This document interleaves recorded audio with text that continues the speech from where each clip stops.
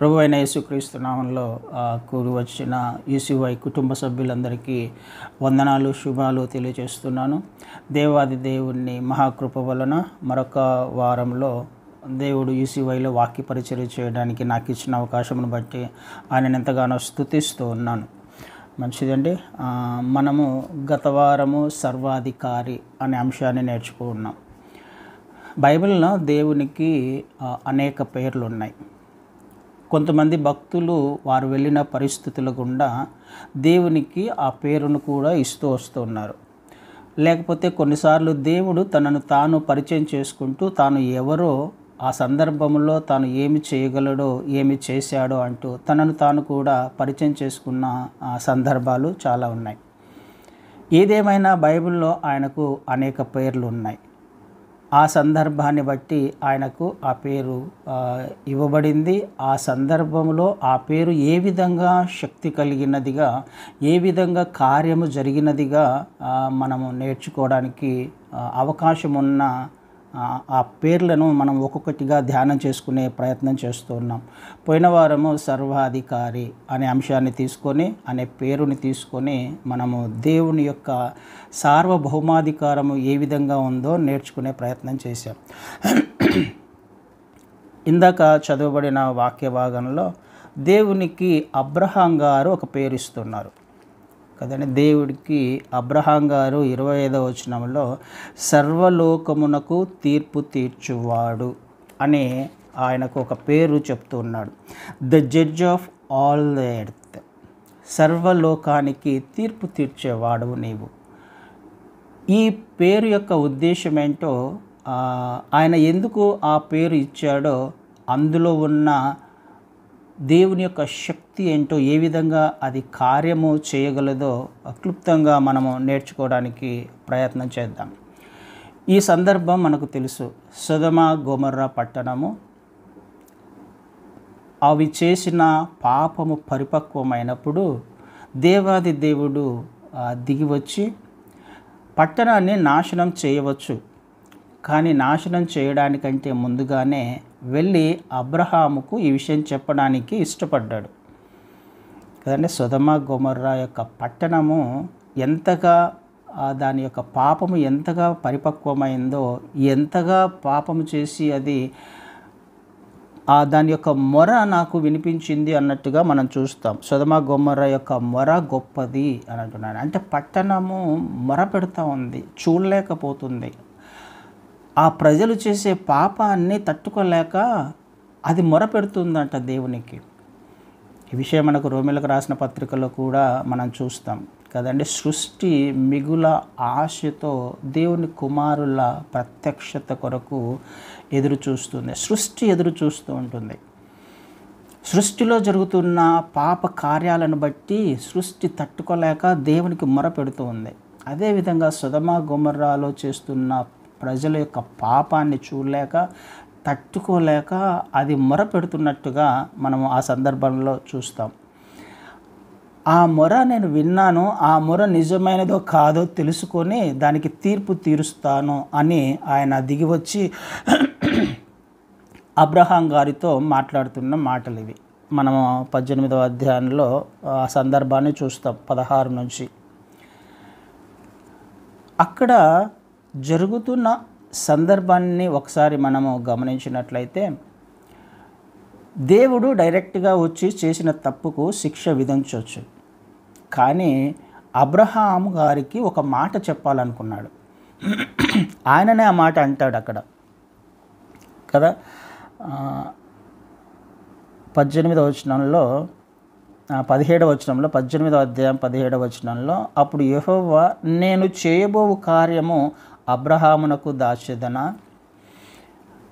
దేవుడు చేయాల్సిన పని చేయొచ్చు యాక్చువల్గా, కానీ నేను అబ్రహాముకు దాచెదనా. ఎందుకు చెప్పాలి అబ్రహాముకి? దేవుడు చేసే పనిని అబ్రహాముకు చెప్పడానికి దేవుడు ఇష్టపడ్డాడు. ఒక్కసారి ఆలోచన చేద్దాం. దేవుడు ఎందుకు అబ్రహాముకు చెప్పడానికి ఇష్టపడ్డాడు? ఆయన చేయాల్సిన పని అబ్రహాముకు చెప్పడానికి ఇష్టపడ్డాడు.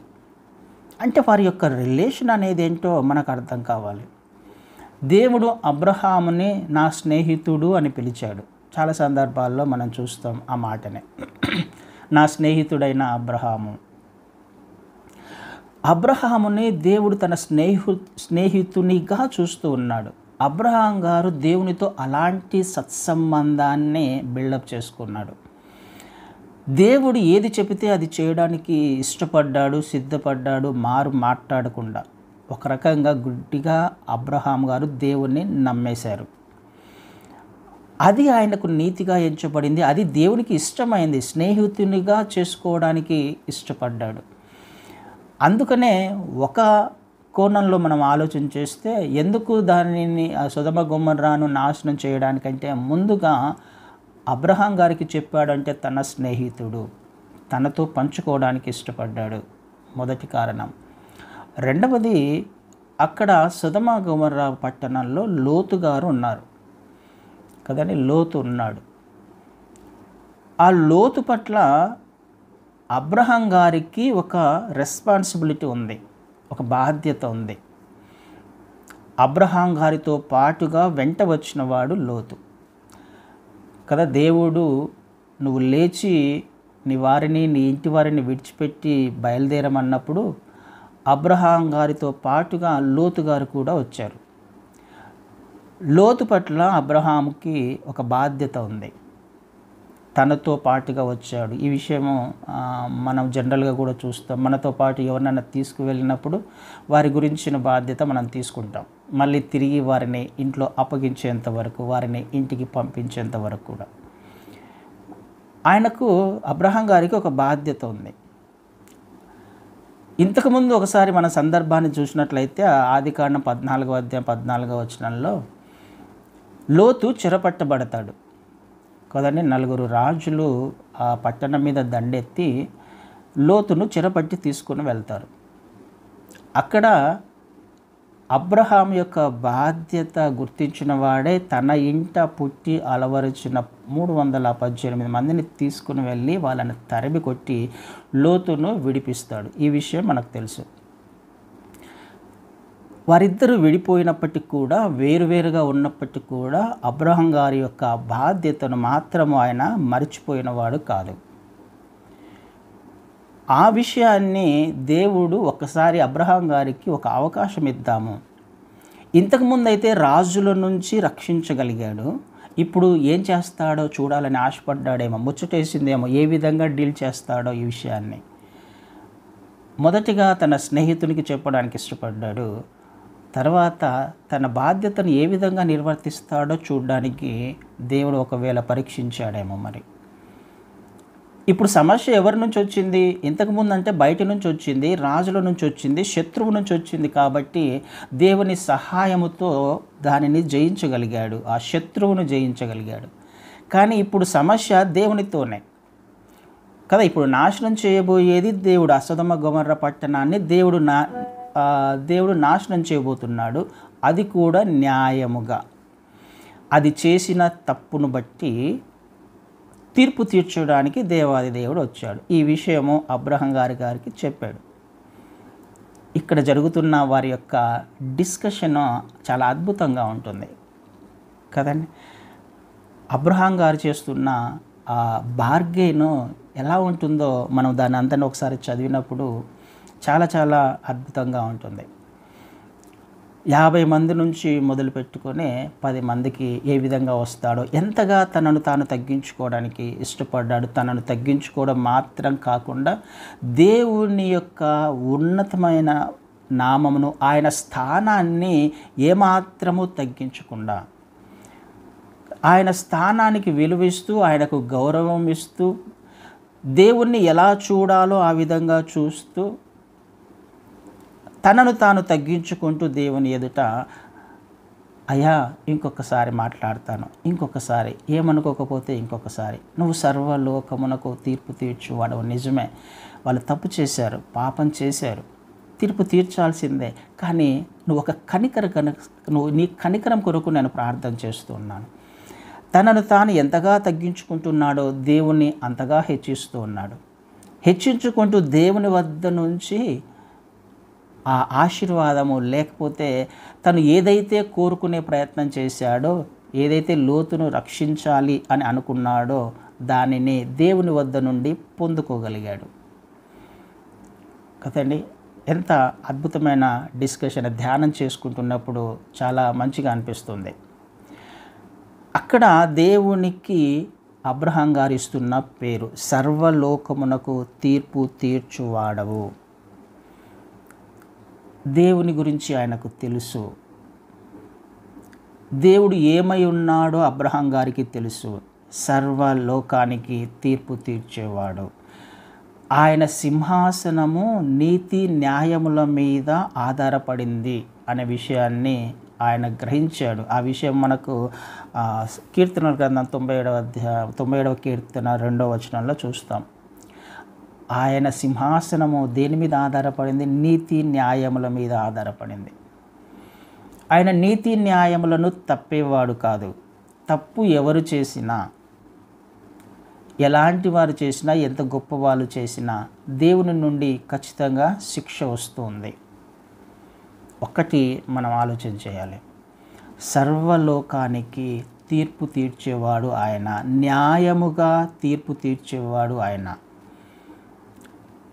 నీతి కలిగిన దేవుడు నీతిని స్థాపించడానికి ఇష్టపడేవాడు. ఆ నీతిని నీలో, నాలో, మనలో చూడడానికి ఇష్టపడేవాడు.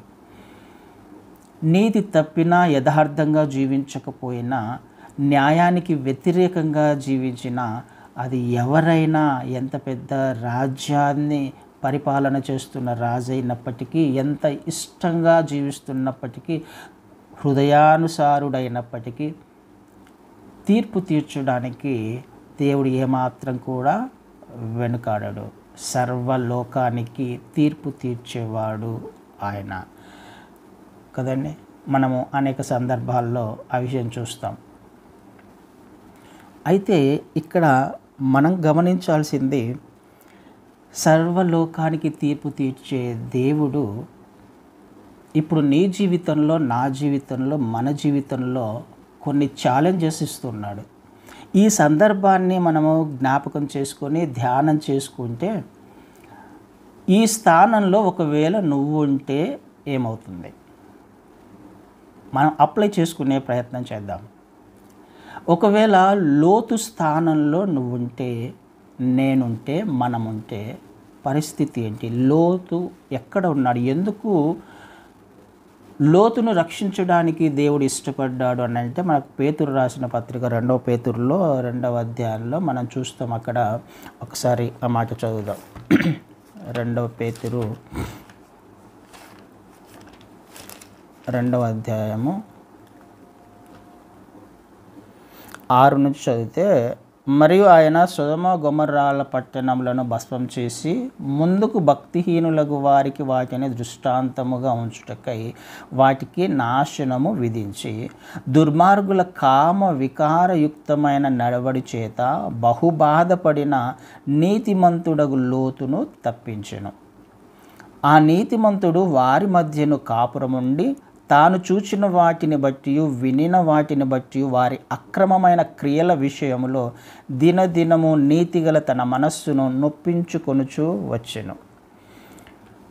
దేవుడు లోతును తప్పించాలన్నది కూడా ఆయన ఉద్దేశం. ఎందుకు? నీతిమంతుడైన లోతు అనే మాట చూస్తున్నాం. అక్కడ నీతిమంతుడుగా ఆయన జీవిస్తున్నాడు, నీతిగా జీవించే ప్రయత్నం చేస్తున్నాడు.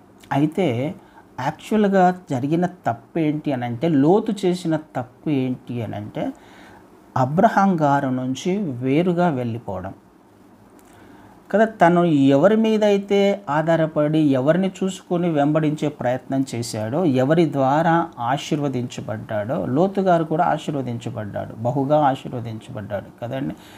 అబ్రహాము మాదిరిగా ఇద్దరు ఆశీర్వదించబడ్డారు ఫిజికల్గా. ఆ ఆశీర్వాదం వలననే కదా వారి మధ్యలో, వారి పనివారి మధ్యలో గొడవ వచ్చినప్పుడు వాళ్ళిద్దరూ వేరువేరుగా వెళ్ళాల్సి వచ్చింది. కానీ అక్కడ లోతు అలా చేయకుండా ఉండాల్సింది.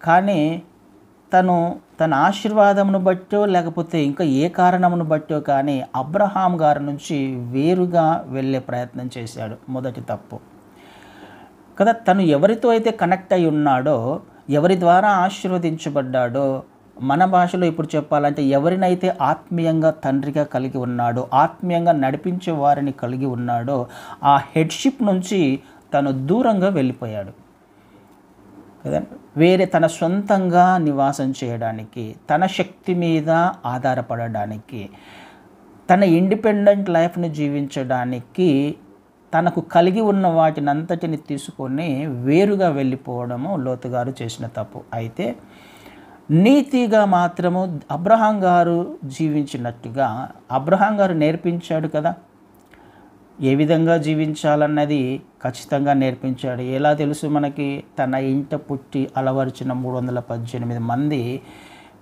వారు ఏ విధంగా పెరిగారో మనకు అర్థమవుతుంది. తన ఇంట పుట్టి వారికే అబ్రహాం గారు ఆత్మీయంగా ఏ విధంగా జీవించాలో, దేవుని మీద ఏ విధంగా ఆధారపడాలో నేర్పించినప్పుడు లోతు గారికి నేర్పించి ఉండడా? ఖచ్చితంగా నేర్పించి ఉంటాడు కదండి. నీతిగా జీవించడం నేర్పించాడు. అందుకనే నీతిమంతుడైన లోతు అన్న విషయాన్ని మనం చూస్తున్నాం అక్కడ.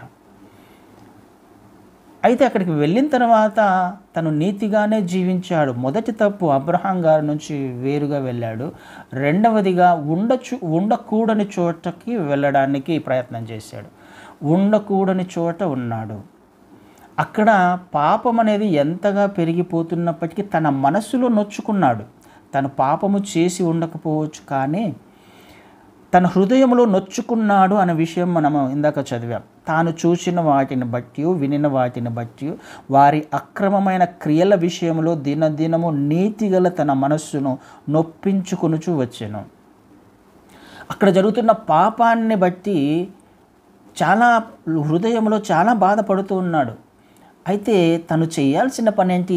పాపము ఉన్న చోట నుంచి తను వెంటనే బయటికి రావాలి యాక్చువల్గా కదండి. సొదొమ గొమొర్రా పట్టణంలో ఎంతగా పాపం పెట్టిపోతుందో, తన చుట్టుపక్కల ఉన్న పరిస్థితులను బట్టి ఎంతగా పాపం పెట్టిపోతుందో దానిని బట్టి అక్కడ నుంచి ఆ వ్యక్తి బయటికి రావాలి, కుటుంబంతో బయటికి రావాలి. కానీ రాలేకపోయాడు. ఎందుకు? అక్కడ ఒక స్థానాన్ని సంపాదించుకున్నాడు. తను ఆ పట్టణంలోకి వెళ్ళి తను అక్కడ బ్లెస్ అయ్యాడు కూడా. అక్కడికి వెళ్ళిన తర్వాత కూడా తను ఆ పట్టణానికి ఒక పెద్ద మనిషిగా కూడా ఉన్నాడు కదా. గవిని వద్ద కూర్చున్నాడు. తను గవిని వద్ద కూర్చునే స్థాయికి లోతు గారు వెళ్ళాడు. అందుకని అక్కడ నుంచి రాలేకపోయాడు ఆ స్థితిని బట్టి. కానీ తన నీతిని మాత్రం విడిచిపెట్టలా కదా. ఆ పట్టణం అంతటిలో కూడా ఒకవేళ నీతిగా జీవిస్తున్నాడు అని అంటే లోతు గారు తన నీతిగల మనస్సును బయటికి తన క్రియలలో అక్కడ నుంచి చూపించలేక అక్కడ నుంచి రాలేని స్థితిలో లోతు గారు ఉన్నారు. ఈ సందర్భంలో ఒకవేళ దేవాది దేవుడు మన ముందు ఒక 2-3 ఛాలెంజెస్ను పెడుతూ ఉన్నాడు. లోతు లాంటి జీవితం ఒకవేళ నువ్వు నేను మనము జీవిస్తున్నామేమో, ఉండకూడని చోట ఒకవేళ మనం ఉన్నామేమో, చేయకూడని పనులు చేసే స్థాయిలోకి మనం వెళ్తూ ఉన్నామేమో, వెళ్ళకూడని చోటికి వెళ్తూ ఉన్నామేమో, ఆలోచన చేయకూడని స్థితిలో మనం ఆలోచన చేస్తూ ఉన్నామేమో. ఒక్కసారి ఆలోచన చేసే ప్రయత్నం చేద్దాం. ఎవరైతే మనల్ని ఆత్మీయంగా నడిపించి మనల్ని ఆశీర్వదించబడేలా దేవుని గురించిన మాటలు చెప్పి దేవునికి దగ్గరగా జీవించేలా చేసిన వ్యక్తి నుంచి, ఆత్మీయంగా మనల్ని నడిపిస్తున్న వారి నుంచి ఒకవేళ మనము దూరంగా వచ్చేసామేమో ఆశీర్వదించబడిన తర్వాత, మన సొంత జ్ఞానము చేత, మన సొంత ఆలోచనల చేత మనము ఉండగలము, జీవించగలము అని అబ్రహాం గారి నుంచి ఏ విధంగా అయితే లోతు బయటకు వచ్చాడో, ఒకవేళ నువ్వు నేను మనము అలాంటి ఆత్మీయమైన బంధము నుంచి దూరంగా వచ్చామేమో. ఒక్కసారి ఆలోచన చేసుకునే ప్రయత్నం చేద్దాం. ఉండకూడని చోట, నీ చుట్టుపక్కల పరిస్థితులు బాగలేవేమో, పాపముతో నింపబడి ఉందేమో, నీ స్నేహితులు అందరూ కూడా ఒకవేళ ఆత్మీయంగా జీవించకుండా లోకానుసారంగా జీవిస్తూ ఉన్నారేమో, నువ్వు వారిని చూసి వారి పాపాన్ని చూసి నొచ్చుకుంటూ ఉండొచ్చు. కానీ ఏం చేసే ప్రయత్నం చేస్తున్నావు? ఆ పాపాన్ని సహిస్తూ భరిస్తూ ఉన్నావా? ఆ పాపంలో పాలు పంచుకునే స్థితిలో ఉన్నావా? నీ ప్రవర్తన ఎలా ఉంది? ఒక్కసారి దేవుడు లోతు ద్వారా నీతో నాతో మనతో మాట్లాడుతున్నాడు. ఉండకూడని చోట ఉన్నప్పుడు నీ ప్రవర్తన ఎలా ఉంది? అక్కడ నీకు మంచిగా ఉంది, ఆశీర్వదించబడుతున్నావు, వాళ్ళ నుంచి దూరం వస్తే నువ్వు ఏదైనా ఫిజికల్గా బ్లెస్సింగ్ను కోల్పోతావేమో, నాకు ఈ మేలు జరగదేమో, ఈ పరిస్థితిలో నాకు ఈ మేలు జరగదేమో అని అనుకుంటున్నావా? అక్కడి నుంచి రాలేకపోతే అందుకని అక్కడే ఉండి ఆగిపోయి అక్కడ జరుగుతున్న పాపాన్ని అంతటిని చూస్తూ భరించగలుగుతూ ఉన్నావా? ఒక్కసారి లోతు క్యారెక్టర్నే ధ్యానం చేసుకునే ప్రయత్నం చేద్దాం. అక్కడే ఉంటే ఏం జరిగిందో ఒక్కసారి మనకు తెలుసు. తర్వాత పరిస్థితులు దేవుడు పట్టణాన్ని నాశనం చేయడానికి వచ్చినప్పుడు ఎంతగా ఆశీర్వదించబడినా అన్నిటిని విడిచిపెట్టుకొని బయటికి రావాల్సి వచ్చింది. అగ్నిలో నుండి లాగివేయబడినట్టుగా ఆ కుటుంబం రక్షించబడింది. దేవుని మహా కనికరం వలన, దేవుడు ఎవరో చేసిన ప్రార్థన వలన ఒకవేళ నిన్ను, నన్ను, మనల్ని ఉండకూడని చోట ఉన్నందుకు రక్షించడానికి ఇష్టపడుతున్నాడేమో. ఆలోచన చేసే ప్రయత్నం చేద్దాం. మన చుట్టుపక్కల ఎలాంటి పరిస్థితులు ఉన్నాయి? ఎలా జీవించే ప్రయత్నం చేస్తూ ఉన్నాం? నువ్వు చెప్పలేకపోతే అక్కడి నుంచి, పాపములో నుంచి పాపానికి దూరంగా రావాల్సిన బాధ్యత నీకుంది. పాపములో జీవించడానికి కాదు దేవుడు నిన్ను ఏర్పాటు చేసుకుంది. నేను ఫిజికల్గా ఆశీర్వదించబడి నీకు పేరు ప్రతిష్టలు, ఈ లోకానుసారంగా పేరు ప్రతిష్టలు నీ అంతకు నీవు సంపాదించుకోవడానికి కాదు దేవుడు నిన్ను పిలిచింది. ఆయన చిత్త ప్రకారము జీవించి ఆయన ఇవ్వాల్సిన స్థానం ఆయన ఖచ్చితంగా నీకు ఇస్తాడు. ఎంతగా ఆయనను ఘనపరిచినప్పుడు నువ్వు ఎంతగా ఘనపరచబడతావో మనకు అనేక సందర్భాలు, అనేక ఉపమానాలు మనం చూస్తాం బైబిల్లో. అనేక మంది భక్తుల జీవితంలో మనం చూస్తాం. ఒక్కసారి ఆలోచన చేసుకునే ప్రయత్నం చేద్దాం. మొదటిది, లోతు స్థానంలో ఒకవేళ నువ్వుంటే ఏం చేస్తున్నావు? ఏం చేయాలి? ఒక్కసారి ఆలోచన చేయి. రెండవదిగా, అబ్రహాం గారి స్థానంలో నువ్వుంటే ఏం చేస్తావు? నీకు తెలిసిన వాళ్ళు, నీ బంధువులు, నీ రక్త సంబంధికులు ఉండకూడని చోట ఉన్నారు, చేయకూడని తప్పు చేస్తున్నారు. లోతు స్థానంలో నీ వాళ్ళు ఉన్నారు, నీ స్నేహితులు ఉన్నారు, నీ బంధువులు ఉన్నారు, నీ రక్త సంబంధికులు ఉన్నారు. అలాంటప్పుడు అబ్రహాం గారి స్థానంలో నువ్వుంటే నీ పాత్ర ఏం చేస్తుంది? అబ్రహాం గారు ఏ విధంగా దేవునికి మొరపెట్టాడో మనం చూస్తున్నాం. మనల్ని బట్టి అబ్రహామును బట్టి లోతు ఏ విధంగా రక్షించబడ్డాడో నిన్ను బట్టి నీ వాళ్ళు రక్షించబడాలి. వాళ్ళు చెప్పినా వినకపోయినా అక్కడికి వెళ్ళి ఉండొచ్చు, కానీ నీ ప్రార్థనా జీవితం, నీవు దేవునితో చేస్తున్న ఆ బార్గెయిన్, అయ్యా రక్షించు, తప్పు చేశాడు, పొరపాటు చేశాడు, పాపం చేశాడు, ఒక్కసారి కనికరం చూపించు అని నువ్వు మాట్లాడగలుగుతున్నావా? నిన్ను నీవు ఆ వ్యక్తి కొరకు, ఆ కుటుంబం కొరకు తగ్గించుకోగలుగుతున్నావా? దేవుని ఎదుట దేవుని గొప్ప చేయగలుగుతున్నావా? ఆయన ఏమై ఉన్నాడో మన జీవితాలలో. ఆయన సర్వాధికారి, ఆయన సర్వలోకమునకు తీర్పు తీర్చేవాడు. నువ్వు లోతు స్థానంలో ఉన్నా ఆయన తీర్పు తీరుస్తాడు, నీ వాళ్ళు లోతు స్థానంలో ఉన్నా ఆయన తీర్పు తీరుస్తాడు. పాపము చుట్టూ ఒకవేళ ఉండే ప్రయత్నం చేస్తే, పాపములో పాలు పంపులు పొందే ప్రయత్నం చేస్తే ఆయన ఉపేక్షించేవాడు కాదు. ఆయన పరిశుద్ధుడు. ఆయన పరిశుద్ధుడు, పాపాన్ని తట్టుకోలేడు, ఒప్పుకోడు. సర్వలోకానికి ఆయన తీర్పు తీర్చే దేవుడు. ఒక్కసారి ఆలోచన చేసే ప్రయత్నం చేద్దాం. అబ్రహాం గారి స్థానంలో ఉన్నప్పుడు నీ వారి గురించి, నీ సంబంధించిన వారి గురించి, నీ స్నేహితుల గురించి ఎంతవరకు నువ్వు ప్రార్థన చేసే ప్రయత్నం చేస్తున్నావు? నీ గురించి, నీ ఆశీర్వాదాల గురించి, దాని గురించి ఆలోచన చేస్తూ ఉన్నావా? ఎందుకు దేవుడు నిన్ను, నన్ను, మనల్ని ఏర్పాటు చేసుకున్నాడు? ఒక బాధ్యత కలిగిన ఆత్మీయ జీవితం జీవించడానికి. అబ్రహాం గారు బాధ్యత కలిగిన జీవితం జీవించాడు. దేవునితో ఎలాంటి సత్సంబంధాన్ని ఆయన కలిగి ఉన్నాడో చుట్టుపక్కల ఉన్న వారితో కూడా ఆ సంబంధాన్నే, ఆ బాధ్యతనే ఆయన కలిగి ఉన్నాడు. 318 మందిని ఆ విషయాన్ని చూసినప్పుడు మనకు అర్థమవుతుంది, తన ఇంట పుట్టి అలవరచిన, ఏ విధంగా ట్రైన్ చేశాడు వాళ్ళని. ఈ బాధ్యతను మర్చిపోలా. దేవుని యొక్క శక్తినో లేకపోతే దేవుడు ఏమై ఉన్నాడో వారికి చెప్పకుండా ఉండలేకపోయాడు, నేర్పించలేకుండా ఉండలేకపోయాడు కదండి. అబ్రహాం స్థానంలో నువ్వు ఉన్నప్పుడు నీ కుటుంబం గురించి, నీ బంధువుల గురించి, నీ రక్త సంబంధికుల గురించి పాపంలో జీవిస్తున్నారేమో, పాపానికి దాసులైపోయారేమో, ఈ లోకము ఇచ్చే ఆశీర్వాదాల కోసము వాళ్ళు నిన్ను విడిచి వాక్యాన్ని విడిచిపెట్టి వెళ్ళిపోయారేమో. వారి గురించి నీ బాధ్యత ఏంటి, మన బాధ్యత ఏంటి? ఈ 2 ఛాలెంజెస్ మన ముందర ఉన్నాయి ఈరోజు. ఆయన మనకు జ్ఞాపకం రావాల్సింది, ఆయన ఏమై ఉన్నాడు? సర్వలోకానికి తీర్పు తీర్చేవాడు. ఎవరైనా ఏ స్థితిలో ఉన్నా, ఎంతటి అధికారి అయినా, ఏ రాజు అయినా, ప్రతి ఒక్కరికి కూడా సర్వలోకానికి ఆయన తీర్పు తీరుస్తాడు, ఆయన నీతి న్యాయములను బట్టి కదండి.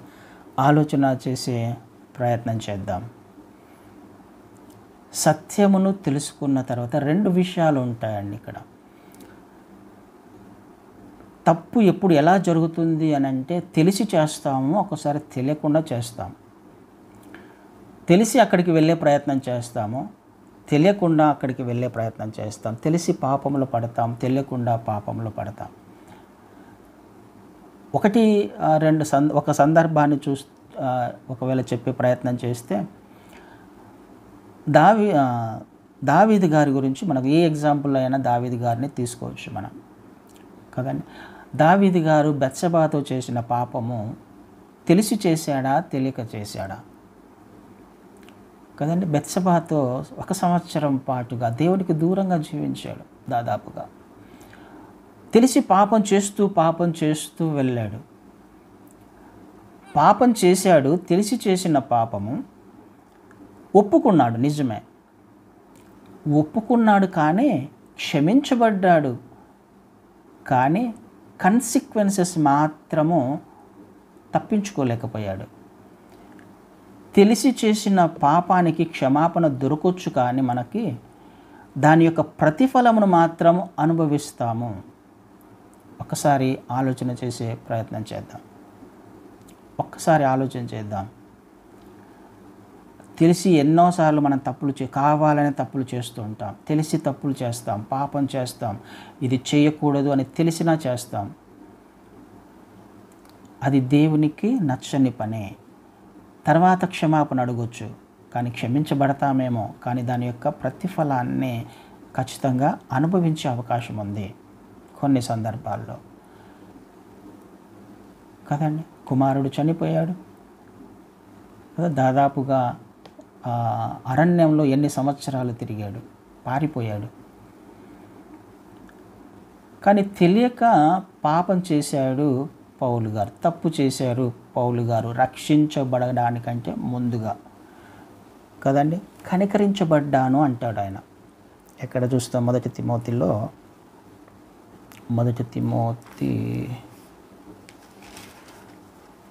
మొదటి అధ్యాయంలో, మొదటి అధ్యాయం 12వ వచనం చూస్తే, మొదటి తిమోతి మొదటి అధ్యాయం 12, పూర్వము దూషకుడను హింసకుడను హానికారుడైన నన్ను తన పరిచర్యకు నియమించి నమ్మకమైన వానిగా ఎంచినందుకు నన్ను బలపరిచిన మన ప్రభువైన క్రీస్తు యేసుకు కృతజ్ఞుడనై ఉన్నాడు. తెలియక అవిశ్వాసము వలన చేసి తిని కనుక కనికరింపబడి తినే. తెలియక చేసిన తప్పు విషయంలో ఏ విధంగా తెలియక చేశాడు? ధర్మశాస్త్రానుసారంగా చేశాడు. కానీ క్రీస్తు నియమం వేరు, ధర్మశాస్త్రము వేరు కదా. ధర్మశాస్త్రాన్ని ఆధారం చేసుకొని క్రీస్తు నియమానికి వ్యతిరేకంగా ప్రవర్తించాడు, దూషకుడిగా ఉన్నాడు, తప్పులు చేశాడు, సంఘాన్ని హింసించాడు. కానీ పౌలు గారు కనికరించబడ్డాడు, క్షమించబడ్డాడు కదండి. తర్వాత పౌలు గారిని ఏ విధంగా వాడుకున్నాడో మనకు తెలుసు. ఆలోచన చేద్దాం. మనకు తెలిసి ఒకవేళ తప్పు చేస్తూ వస్తున్నామా? ఒక మాట చదివి టైం అవుతుంది కదా, ముగించే ప్రయత్నం చేస్తాను. హెబ్రీలకు రాసిన పత్రిక 10వ అధ్యాయము 26వ వచనం గురించి 26 నుంచి చదివితే, మనము సత్యమును గూర్చి అనుభవ జ్ఞానము పొందిన తర్వాత బుద్ధిపూర్వకముగా పాపము చేసిన ఎడల పాపములకు బలి ఇకను ఉండదు, కానీ న్యాయపు తీర్పునకు భయముతో ఎదురుచూచుటయు విరోధులను దహింపబోవు తీక్షణమైన ఆజ్ఞయు ఇకను ఉండును.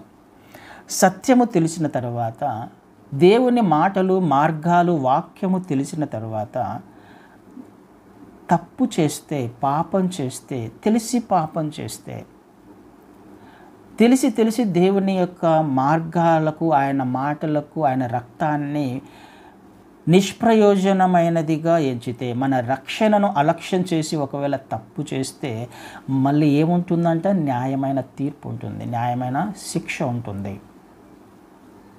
ఒకసారి ఆలోచన చేద్దాం. ఎవరమైనా ఏ సందర్భంలో ఉన్నా తెలిసి తప్పు చేస్తున్నాము, తెలిసి సత్యమునకు వ్యతిరేకంగా జీవించే ప్రయత్నం చేస్తున్నాము తెలిసిన తర్వాత, అందుకనే ఎక్కువ విషయాలు తెలుసుకోవడానికి ప్రయత్నం చేయకూడదు. తెలిసిన దానిలో నమ్మకంగా ఉండే ప్రయత్నం చేద్దాం. చాలామంది కొత్త విషయాలు తెలుసుకోవాలనుకుంటుంటారు బైబిల్లో కదండి. ఈరోజు కొత్త విషయం తెలుసుకున్నాను, కొత్త విషయాలు ఏమైనా ఉన్నాయేమో అని తెలుసుకోవడానికి ఇష్టపడుతూ ఉంటారు. అది చాలా డేంజర్ అండి. కొత్త విషయాలు తెలుసుకుంటున్నావు అని అంటే అర్థం ఏంటి అని అంటే, అందులో దేవుడు నీకు లెక్క అడుగుతాడు అని అర్థం కదండి. యూనిట్ టెస్ట్లు రాస్తాం, పిల్లలు యూనిట్ టెస్ట్లు 2 చాప్టర్స్ అని పెడతారు. 3వ చాప్టర్లో నుంచి 4వ చాప్టర్లో నుంచి క్వశ్చన్స్ ఇవ్వరు. 2 చాప్టర్లు చదవమంటే 2 చాప్టర్ల నుంచి మాత్రమే క్వశ్చన్స్ వస్తాయి. 4th చాప్టర్ 5th చాప్టర్లో నుంచి క్వశ్చన్స్ ఇవ్వరు. ఎందుకు? అందులోనే నీకు ఎంతవరకు 2 చాప్టర్లు తెలుసో అందులోనే ప్రశ్నలు వస్తాయి. అందుకనే మనకు ఎంతవరకు తెలుసో దానిలో నమ్మకంగా ఉండే ప్రయత్నం చేద్దాం. ఎక్కువ విషయాలు తెలుసుకునే ప్రయత్నం చేస్తే అందులో కూడా దేవుడు లెక్క అడుగుతాడు. మనకు ఏమైతే తెలుసో దాని ప్రకారం జీవించే ప్రయత్నం చేస్తున్నామా లేదా, ఈ విషయాన్ని దేవుడు లెక్క అడుగుతాడు. ఎక్కువగా తెలుసుకునే ప్రయత్నం చేస్తాం, కొత్త విషయాలు తెలుసుకునే ప్రయత్నం చేస్తాం, మర్మాలు కావాలి మనకు, మర్మం అందులో నుంచి మర్మం తెలుసుకునే ప్రయత్నం చేస్తాం. తెలుసుకున్నావు అని అంటే అర్థం ఏంటి? వాక్యము నీకు సత్యము బయలుపరచబడింది అని అర్థం. బయలుపరచబడింది అంటే అర్థం ఏంటి? నువ్వు దాన్ని వాక్యానుసారంగా జీవించాలి అని అర్థం కదండి. అందులో దేవుడు నేను లెక్క అడుగుతాడు అని అర్థం. అందుకనే ఎంతవరకు మనకు తెలుసో దానిలో నమ్మకంగా ఉండే ప్రయత్నం చేద్దాం. ఆ నమ్మకత్వాన్ని బట్టి నీకు తెలియని విషయాలు దేవుడు బయలుపరుస్తాడు. ఏ విధంగా బయలుపరుస్తాడో ఆయన ఖచ్చితంగా బయలుపరుస్తాడు. సమయం వచ్చినప్పుడు ఏ సందర్భంలో ఏం కావాలో ఆయనకు ఖచ్చితంగా తెలుసు. ఎప్పుడు ఏది చెప్పాలో ఆయనకు ఖచ్చితంగా తెలుసు. కాబట్టి అలాంటి ఒక గుంపును కూడా మనం చూస్తాం. టైం అయింది, ఒక్క మాట చదివి ముగించేస్తాం. జేమ్స్లో యాకోబు పత్రికలో 3వ అధ్యాయము, అలా దానికంటే ముందుగా అపోస్తల కార్యాలలో ఒక మాట చూస్తాం. 17వ అధ్యాయంలో అపోస్తల కార్యాలు 17 ఏథెన్స్కి వచ్చినప్పుడు పౌలు గారు, ఏథెన్స్ వారందరూ అక్కడ నివసించు పరదేశులను, 21వ వచనం, ఏథెన్స్ వారును అక్కడ నివసించు పరదేశులను ఏదో ఒక కొత్త సంగతి చెప్పుట యందును వినుట యందును మాత్రమే తమ కాలము గడుపుచుండువారు. కొత్త సంగతి తెలియాలి, కొత్త విషయాలు తెలియాలి, దాంట్లో మాత్రమే కాలంగా తెలుసుకొని ఏం చేస్తాం? వాళ్ళకి అర్థం కాదు దేవుడు తీర్పు తీరుస్తాడు అని. తెలిసింది అని అంటే అందులో దేవుడు లెక్క అడుగుతాడు. అందుకనే ఇంకొక చోట అంటాడు, బోధకులుగా ఉండడానికి మీరు ప్రయాసపడొద్దు, ఇష్టపడొద్దు, వాళ్ళకి ఎక్కువగా తీర్పు ఉంటుంది. ఎందుకు? తెలిసి నువ్వు ఏదో చెప్పే ప్రయత్నం చెబుతున్నావు అని అంటే ఎదుటివారు వింటున్నారు అంటే అది విశ్వాసానికి సంబంధించింది. నువ్వు చెప్పేది కరెక్ట్గా ఉంటే పర్వాలేదు, విశ్వాసం బలపడుతుంది. ఒకవేళ తప్పుగా చెప్పే ప్రయత్నం చేస్తే విశ్వాసం రాంగ్ సీడ్ వేసినట్టు అవుతుంది. రాంగ్ సీడ్ వేస్తే అందులో వారికి సంబంధించిన ఆ విశ్వాసము తప్పుడు మార్గంలో వెళ్తే లెక్క అప్పచెప్పాలి. బోధకులుగా ఉండడానికి ప్రయాసపడకూడదు, ఇష్టపడకూడదు. ఆ విధంగా ఇష్టపడదు నీ ఇంట్రెస్ట్ని బట్టి కాదు, నీ ఆసక్తిని బట్టి కాదు, దేవుని యొక్క పిలుపుని బట్టి అది ఇవ్వబడుతుంది. కాబట్టి అనవసరంగా మనం తెలియని విషయాలు తెలుసుకోవడానికంటే తెలిసిన విషయంలో నమ్మకంగా జీవించే ప్రయత్నం చేద్దాం. దేవుడు సర్వాధికారి, సర్వలోకమునకు తీర్పు తీర్చేవాడు. నిన్ను, నన్ను, మనల్ని అందులో తీర్పు తీరుస్తాడు. నీకు ఏది తెలుసో అందులో ఆయన తీర్పు తీరుస్తాడు. నువ్వు ఏ పని చేస్తున్నావో అందులో ఆయన తీర్పు తీరుస్తాడు. దానికి లెక్క అడుగుతాడు కదా. ప్రతి విషయానికి కూడా ఆయన లెక్క అడుగుతాడు, తీర్పు తీరుస్తాడు. ఈ విషయం జ్ఞాపకం పెట్టుకుందాం. ఆలోచన చేద్దాం. అబ్రహాం గారి స్థానంలో నువ్వు ఉంటే ఏం చేస్తావు? లోతు స్థానంలో నువ్వు నేను ఉంటే ఏం చేస్తాం? తెలియని విషయాలు కాదు, కానీ తెలిసిన విషయాల పట్ల ఎంతవరకు నమ్మకంగా ఉన్నాం? ఎందుకు? క్రైస్తవ జీవితం అకౌంటబిలిటీ ఉంటుంది. క్రీస్తుకు లెక్క చెప్పాల్సిన బాధ్యత ప్రతి క్రైస్తవునికి ఉంది. ఆయన తీర్పులోకి తీసుకొని వస్తాడు ప్రతి విషయాన్ని కూడా. ఆమేన్.